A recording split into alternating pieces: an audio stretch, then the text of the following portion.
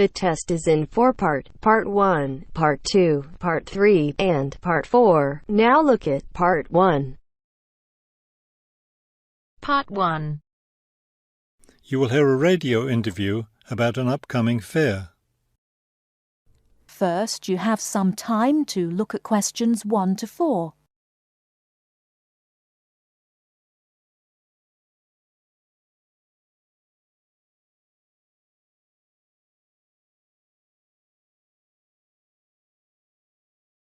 Now we shall begin. You should answer the questions as you listen, because you will not hear the recording a second time. Listen carefully and answer questions 1 to 4.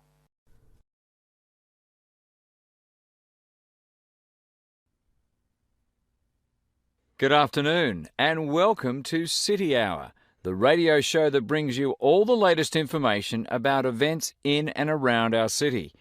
Today we have with us Cynthia Smith, who is heading up this year's City Fair. Cynthia, would you start by giving us some of the basic information about the fair? Where will it take place this year? I'm glad you asked that question because I know most people will be expecting the fair to be at the fairgrounds as usual, but we've had to change the location this year due to some construction work. You know, they're building the new high school in that neighbourhood and they've been using the fairgrounds as a place to store construction materials. So we've moved the fair to City Park, which I think is a wonderful location. Yes, that will be a great place for the fair.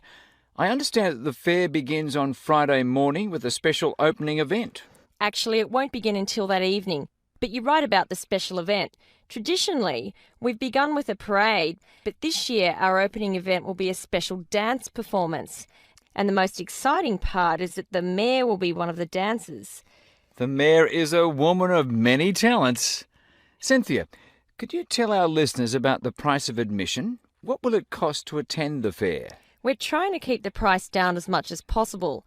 A 3-day pass is just $25, or you can buy a Saturday or Sunday only pass for $15. The opening event on Friday, the dance performance, doesn't cost anything to attend, and we're hoping a lot of people will come to watch that.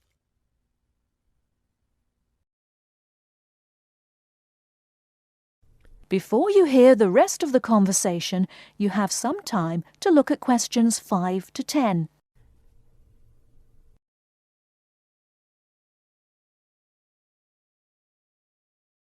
Now listen and answer questions 5 to 10.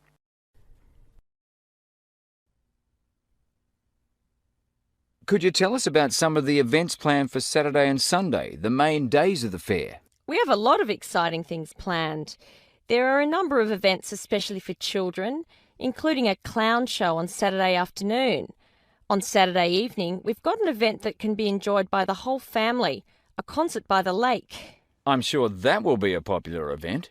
Is there anything special planned for Sunday? Yes, a really fun event, and we hope a lot of people will participate. There'll be a singing contest in the afternoon. It's open to everyone at no charge. It doesn't matter whether you're an experienced singer or not.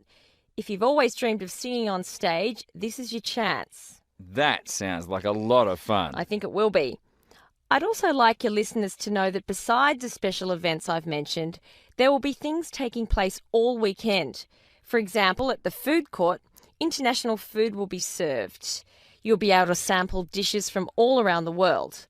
There will also be special games for children at different locations around the fair. Will there be things people can buy, souvenirs, anything like that? We have a large area set aside where there will be crafts for sale. This will be an opportunity to buy many lovely handmade things and to get to know some of our local artists and craftspeople as well. It sounds like there will be a lot of fun for everyone at this year's fair. Thank you for sharing the information with us, Cynthia. Thank you for inviting me.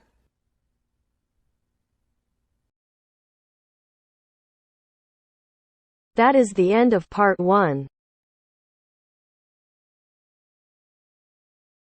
You now have half a minute to check your answers.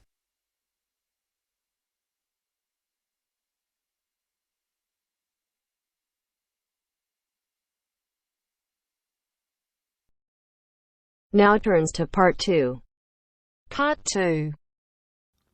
You will hear the general manager of a golf club talking to some people who would like to become members. First, you will have time to look at questions 11 to 16.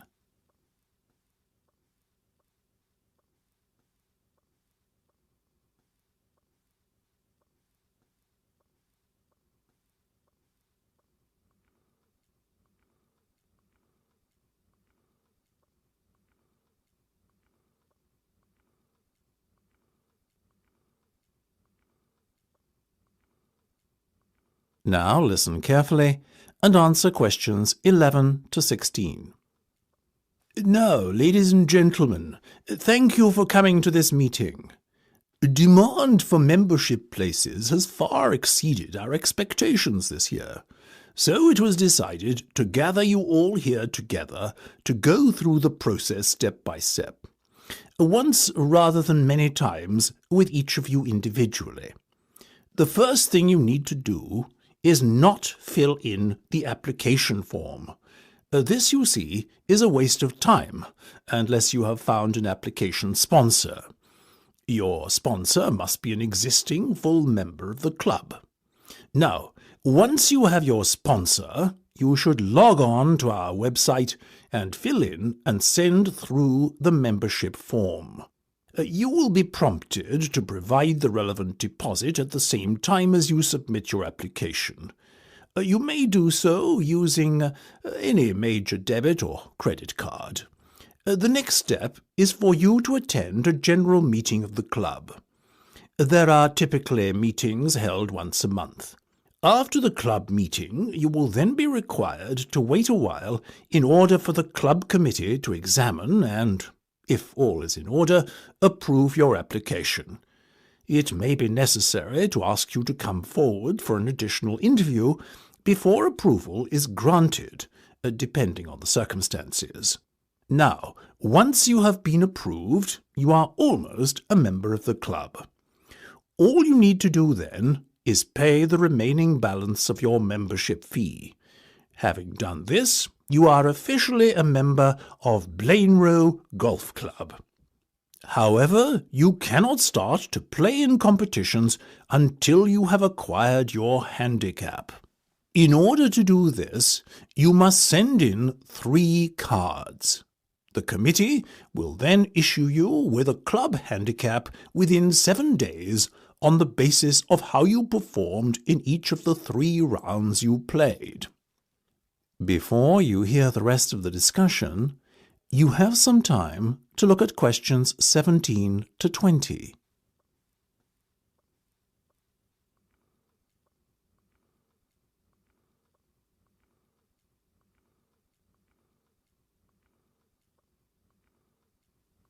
Now listen and answer questions 17 to 20.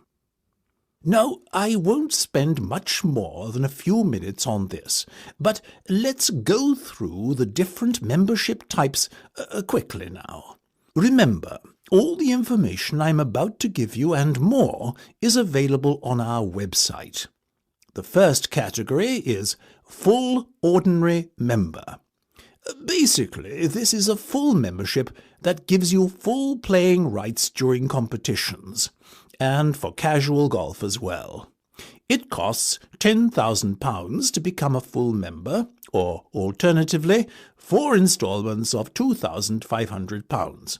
Our next category is Associate. This is for a golfer who is already a member of a club, but wants to join ours too, while keeping his existing club as his main club. You have the same rights as a full member, but the cost is £9,000. I must remind you that there is a limited number of memberships of this kind available. 5-day members pay £5,000 to join, and this payment can be put towards becoming a full member at a later date if you would like to upgrade your membership status. You enjoy full playing rights during casual play and can play in all weekday competitions. However, you cannot enter competitions at the weekend. Intermediate membership is open to golfers under the age of 25, and costs £1,800, as do the other remaining membership types: junior, senior, and overseas. If you are an intermediate member, you too have full playing rights for casual play. However, you can only play in competition if a full member of the club invites you to join him. Junior members are aged between 12 and 18. They enjoy restricted playing rights in casual playing time and are only allowed to play on Monday and Wednesday mornings. They can occasionally play in competitions, but the opportunities to play in this format are severely restricted. Senior members enjoy full rights at all times, and overseas members can play on the course casually at any time, and can enter competitions if invited to do so by a full member of the club. That is the end of part 2. You now have half a minute to check your answers.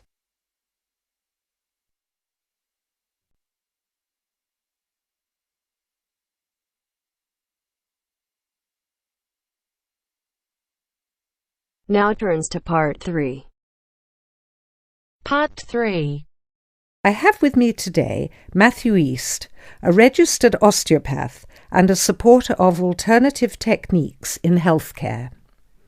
Matthew, can you tell us more about osteopathy? First, you have some time to look at questions 21 to 26.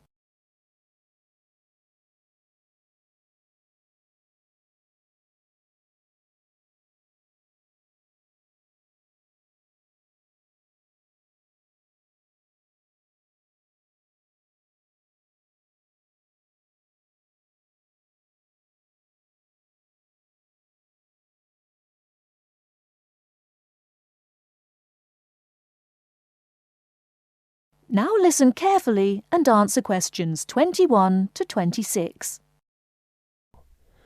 Over the past 50 years, there have been some radical changes in medicine as it is known in the West.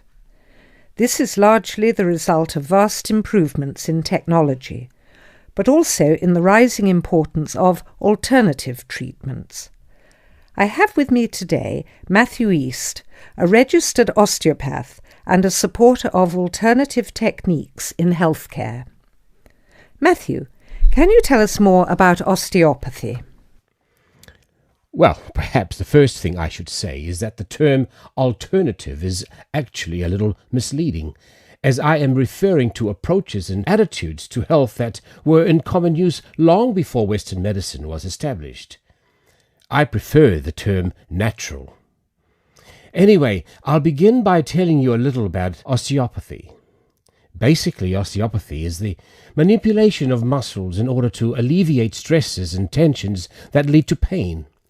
Now, unlike Western medicine, osteopathy considers the whole body, not just the affected area, and this is a very important principle of natural remedies. The whole body must be considered before a course of treatment can be decided upon.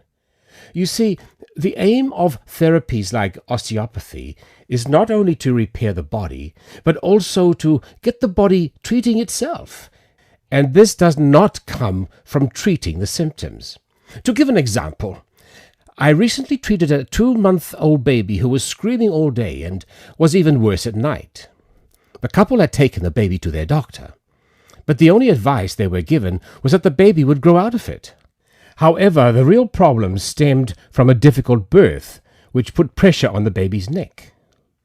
After 10 minutes of gentle manipulation, the pressure was released, and within 20 minutes the baby was quiet and calm for the first time. This was achieved without drugs or operations. Avoiding such invasive methods of treatment highlights another of the differences between Western medicine and a more natural approach. You see, Western medicine often uses surgery in order to find a solution to problems that could have been addressed with simple remedies.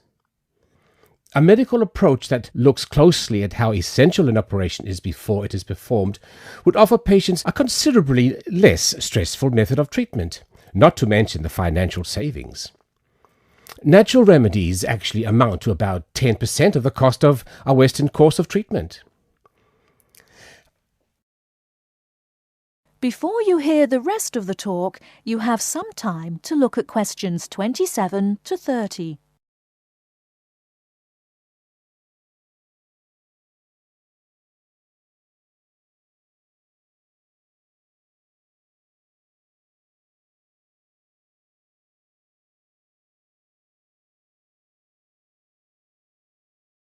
Now listen and answer questions 27 to 30. I'd like to mention the subject of surgery again a little later, but I would like to say at this point that there are those that claim that the benefits of osteopathy and herbal therapies are largely psychological, that they have not undergone the clinical trials that pharmaceuticals have. To answer that, you only need to look at the example I gave earlier of the baby that stopped crying less than an hour after treatment, but was obviously far too young to react because of purely psychological factors. Another example can be seen in the successful use of acupuncture in the treatment of animals. In response to criticism regarding clinical trials, it is worth noting that the power of pharmaceutical companies is such that, although some drugs fail the standards required of them, they are sometimes still prescribed by doctors. Moving on to another point, it should be stressed that natural remedies, in addition to having no side effects, can also be applied to any patient. Now, I'm not suggesting that the same treatments are used indiscriminately. Although natural remedies can be used with any age group, the treatment selected is very specific to the person. By this I mean that not only the general health of the patient needs to be considered, but also their habits, diet, and lifestyle in order to build a complete picture. However, I am not suggesting that we should reject Western medicine entirely. In fact, there have been occasions when I have referred patients to their doctor, as I felt that in those cases it was the most suitable course of action.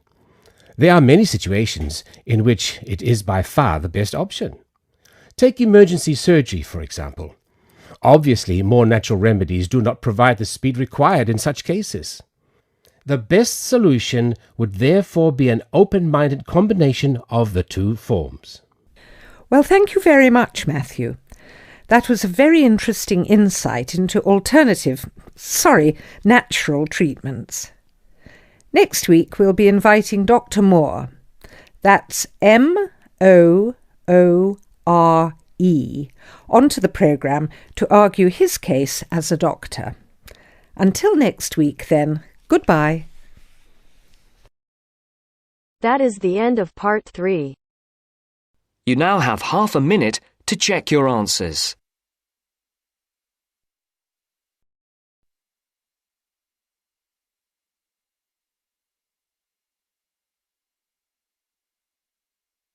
Now turns to part 4. Part 4.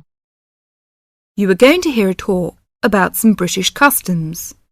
Listen to the talk and complete the notes below. First, you have some time to look at questions 31 to 40.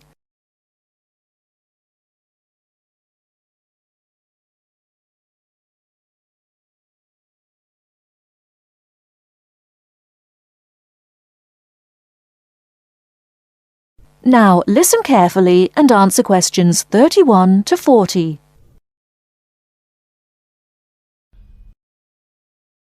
Good morning. My name is Marsha Smith, a counsellor here at the Student Services section of the university, and this morning I'd like to talk to you about visiting a British home. This may help you to cope well with your study and social life in Britain. There is a commonly quoted saying in Britain, "An Englishman's home is his castle," which sums up the importance we give to our own bit of private territory. If you are living in a British home, or are invited to visit or stay with someone, it is important to act thoughtfully. For example, be punctual for meals and, if you know you have to miss one, let your host know as soon as possible. Check whether it is convenient for others in a house when you wish to take a bath or wash and dry laundry. And unless your host employs someone to do the housework, you are expected to make your own bed and keep your room clean and tidy yourself. If you don't have a door key, Remember to make arrangements if you intend to be out late, and keep your hosts informed of your whereabouts so they don't worry. These suggestions apply whether you're a guest or a lodger, and will help the household to run smoothly. If you're staying as a guest of a British family, or even visiting for one meal, it is customary to take a small gift of flowers, chocolates, or something to drink. Don't spend too much, as this could embarrass your hosts. If you're staying for several days as a guest, it is usual to give a small present when you leave.